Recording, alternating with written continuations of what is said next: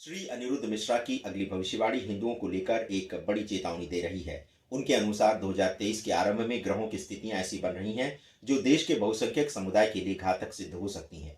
हिंदुओं के साथ दूसरे समुदायों का संघर्ष मंगल के कारण बढ़ेगा, जिसमें शुक्र आग में घी का काम करेगा। उनके अनुसार भारत सरकार को अभी से बहुसंख्यक समुदाय के क्षेत्रों में पुलिस एवं सुरक्षा गश्त बढ़ाने का उन्होंने अपील किया है, क्योंकि यदि ऐसा नहीं किया गया तो गृह युद्ध छिड़ने की आशंका बढ़ जाएगी।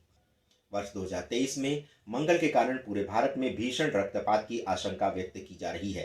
नवंबर के पश्चात ही इस रक्त संघर्ष में कमी आएगी। 2024 के चुनाव में महंगाई एक बड़ा विषय रहेगा, किंतु भारत सरकार एलपीजी, पेट्रोल एवं डीजल के दामों में कटौती करके महंगाई को नियंत्रित करने का प्रयास करेगी।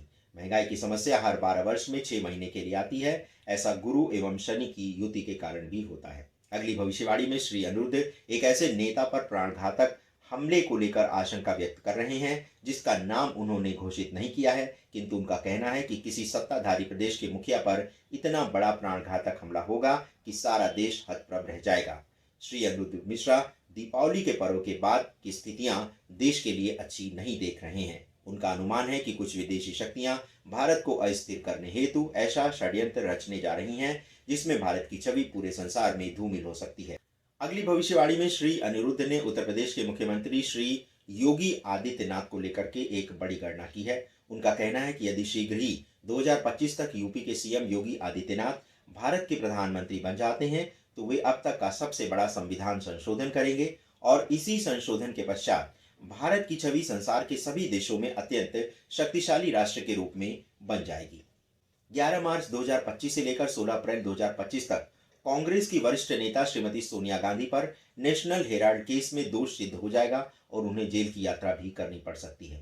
प्रधानमंत्री श्री नरेंद्र मोदी के नेतृत्व में देश के गृह मंत्री श्री अमित शाह 2030 तक पाक अधिकृत कश्मीर को भारत में मिला लेंगे। इस विलय प्रक्रिया में किसी भी प्रकार के परमाणु अस्त्र शस्त्र का प्रयोग नहीं किया जाएगा।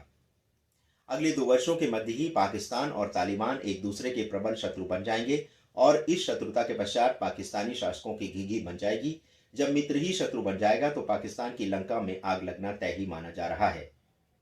नवंबर 2024 के साथ ही तालिबान एवं पाकिस्तान में ऐसा भीषण युद्ध छिड़ेगा जो कि 10 से 12 वर्ष तक लंबा खिंच सकता है। इस युद्ध में सर्वाधिक हानि पाकिस्तान के समुद्री क्षेत्रों को होगी, क्योंकि इसी क्षेत्र के संसाधनों के सहारे ही पाकिस्तान तालिबान के साथ युद्ध करेगा।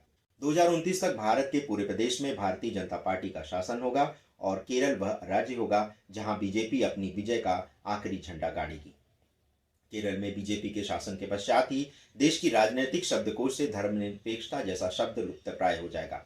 यद्यपि 2029 तक का समय भारत के लिए अत्यंत संवेदनशील होगा और एक विशाल युद्ध की कीमत देकर ही स्थायी शांति की बहाली भारत में की जा सकेगी। जो विपक्षी ये स्वप्न देख रहे हैं कि वे प्रधानमंत्री मोदी को भारत की सत्ता से हटा देंगे, प्रधानमंत्री की कुंडली देखते हुए श्री अनिरुद्ध मिश्रा का कहना है कि प्रधानमंत्री नरेंद्र मोदी की कुंडली में आजीवन राजयोग है और वे अंतिम सांस तक देश की सत्ता की बागडोर संभालते रहेंगे। देश में मोदी के विरुद्ध कितना भी बड़ा गठबंधन विपक्ष क्यों न बना ले, उसे हाथ में निराशा ही लगेगी। जून 2023 तक भारत अपने दुर्दांत अपराधी दाऊद इब्राहिम को एक संयुक्त ऑपरेशन के अंतर्गत मार गिराएगा, किंतु उसकी अंतिम सांस भारत में ही निकलेगी। जैसा कि आप जानते हैं कि भारत पाकिस्तान में छिपे दुर्दांत आतंकवादियों का सफाया करने के लिए काफी पहले से ही एक ऑपरेशन चला रहा है। इसी ऑपरेशन के दौरान भारतीय अधिकारियों की मुठभेड़ दाऊद से होगी। वह जान बचाने के लिए भारत की ओर भागेगा और यही भारत की भूमि उसकी अंतिम सांस उखाड़ने का कार्य करेगी।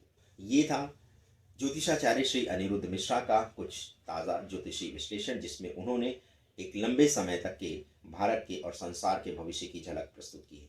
आपको हमारा ये प्रयास कैसा लगा? आप अपनी राय हमारे व्हाट्सएप नंबर 7905414965 पर दे सकते हैं। इसके अतिरिक्त यदि आप हमें विस्तार से लिखना चाहते हैं तो इसके लिए आप हमारे ईमेल आईडी akhandmanthan@gmail.com पर भी अपने संदेश प्रेषित कर सकते हैं। दर्शकों, आपको हमारा यदि प्रयास अच्छा लगा, कंटेंट अच्छा लगा, तो हम आपसे अनुरोध करेंगे कि आप हमारे चैनल को लाइक, शेयर और सब्सक्राइब करना मत भूलिएगा। अपना बहुमूल्य समय हमें प्रदान करने के लिए आप सभी दर्शकों का हृदय से आभार। नमस्कार।